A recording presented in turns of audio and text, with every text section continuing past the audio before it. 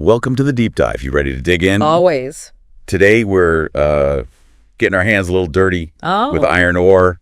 We're diving deep into Labrador Iron Ore Royalty Corporation. LIORC, yeah. IRZ. Yep. For those in the know.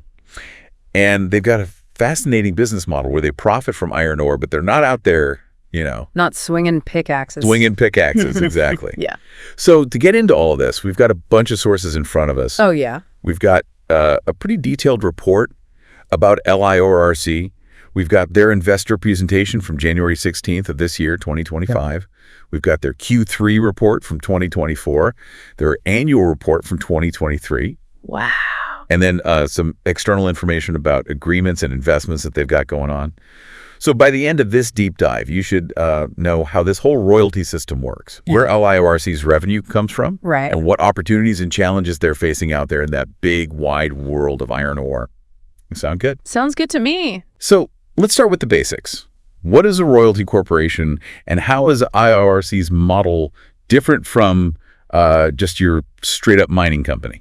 So think about this. A traditional mining company is kind of like a farmer. They plant the seeds, they tend the crops, they harvest, all that.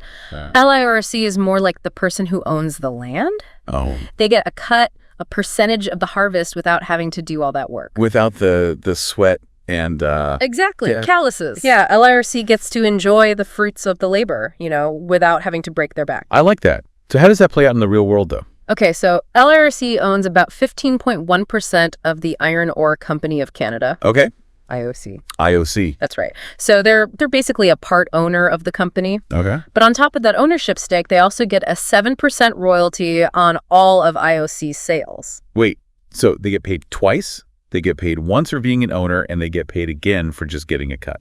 That's right. That's the beauty of the royalty model. They benefit when the market's good, but they don't have all those operational risks and headaches that come with running a mine. Okay, so less risk, more reward. But it sounds like they're pretty much completely dependent on how IOC does. Uh-huh. It's almost like if you imagine you're invested in like a fancy restaurant, but you only get paid if people order a specific dish. I like that. Yeah. And what if it falls out of fashion? Or, what if no one's ordering it that day? Yeah, you've hit on something key there. When we're thinking about LIORC as an investment, their success is really tied to the success of IOC. Okay, so let's get into IOC. Yeah. Where are they located, and what's this iron ore they're producing all about? So IOC operates in the Labrador Trough. Okay. It's in northeastern Canada, and it's known for its very high-quality iron ore deposits. Okay. We're not talking about just any old rocks here. No. This is premium-grade iron ore that's going into steel making. I can already picture it now. Skyscrapers, bridges. Yeah, exactly. All that. So they make two main types of iron ore products. Okay. Iron ore concentrate, Okay. which is basically like purified iron ore, and iron ore pellets, which are these little balls of iron ore. And they are very efficient to use in steelmaking, environmentally friendly as well. Okay. So it's like the green option. Yeah, it is, yeah. You could say that. IOC has got an incredible track record. Over 50 years, no shutdowns due to market conditions. Wow. That's a stable company. That's longer than some Hollywood marriages, so that's pretty impressive. But even with that rock-solid stability, they operate within the global iron ore market. Right. Which, as we know, can be a little bit of a wild ride sometimes. What's driving all these ups and downs we see? The global iron ore market is really tied to steel production, which is tied to global economic growth, construction, and infrastructure projects. When economies are doing well and countries are building a lot, the demand for steel and therefore iron ore, it just shoots way up. Yeah. And then, of course, when things slow down, prices drop. Yeah, they can plummet. Not good for LIORC if no one's buying it. Exactly. And we've actually seen a bit of that volatility recently. While emerging markets, especially in Asia, they're driving a lot of demand for steel, global steel production actually dipped a bit in 2024.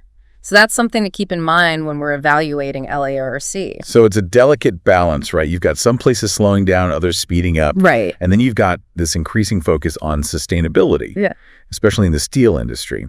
So how does all this green steel stuff impact LIORC and IOC? Well, that's where things get really interesting because the demand for high-quality, low-emission iron ore that's rising as steelmakers are trying to lower their carbon footprint. Okay. And that's where IOC and their pellets come in. Oh, right. Because they're so efficient. Exactly. It's like they were ahead of the curve. They're perfectly positioned to really take advantage of this trend. So they've got the right product at the right time. So what we have here is a company, LIORC, profiting off iron ore through this agreement with IOC, who's got a long history of being super stable in a very volatile global market that's increasingly focused on sustainability.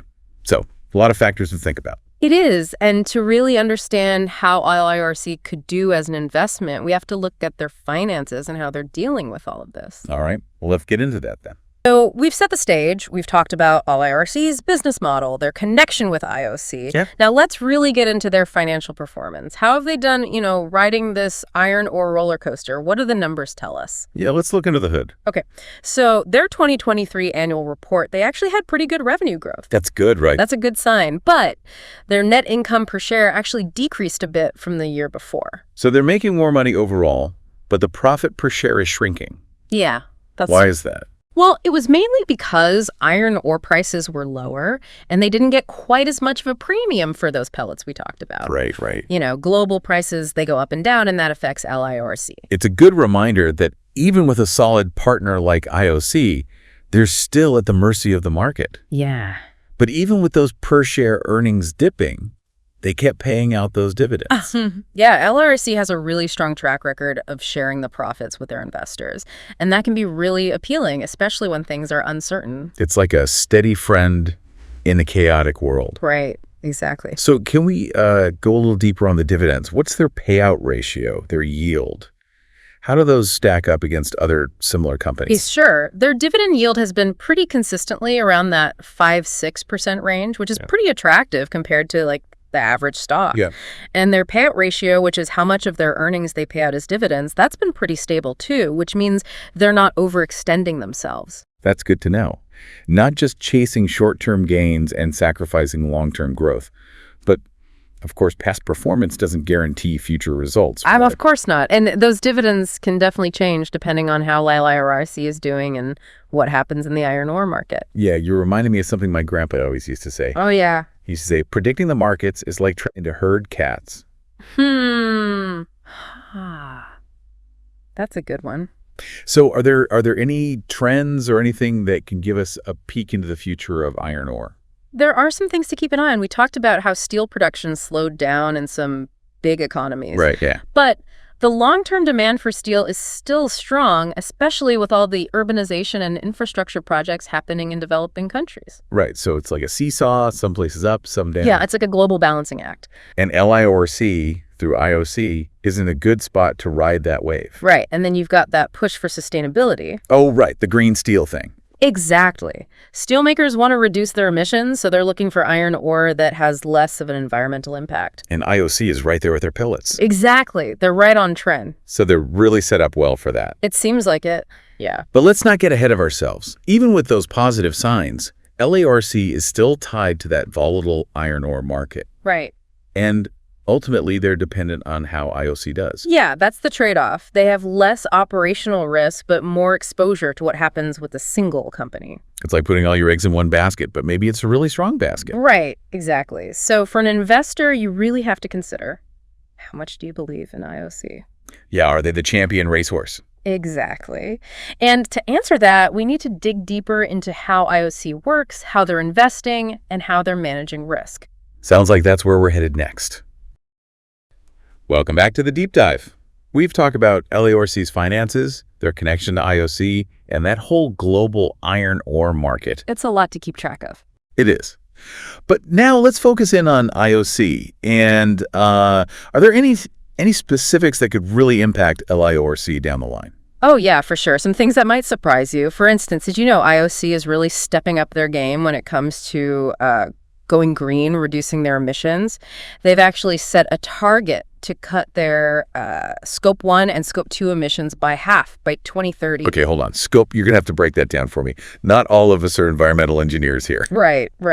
So Scope 1 emissions, those are the direct greenhouse gases coming from stuff the company owns or controls, like emissions from their mining equipment, their plants, that kind of thing. Okay, I'm with you. Scope 2, that's more indirect. It's about the emissions from the energy they buy. So like the electricity they use. Okay, so they're coming at it from both sides. Yeah, tackling their carbon footprint in multiple ways. So how are they actually doing that? They're getting pretty creative, switching over to electric boilers, so no more fossil fuels for heating. And get this, they're even looking into hydropowered plasma technology for processing iron ore. Hydropowered plasma, is that even a real thing? Sounds like something out of Star Trek. It does, doesn't it? But yeah, it's real. And it can really make a difference in their emissions. Essentially, they use electricity from hydropower to make this superheated plasma that can then be used to convert iron ore. Wow. That's pretty amazing. It's really cool to see a company like IOC taking the lead on sustainability. Yeah, for sure. So, okay, that's the environmental side. What about just their general investments in, the nuts and bolts of their operation? Well, they haven't been shy about investing in their future. No. Almost $1.5 billion in the past 4 years alone. Wow. Yep. Aimed at making things more efficient, boosting capacity, and upgrading everything. So they're not sitting back and just, hoping for the best. Nope.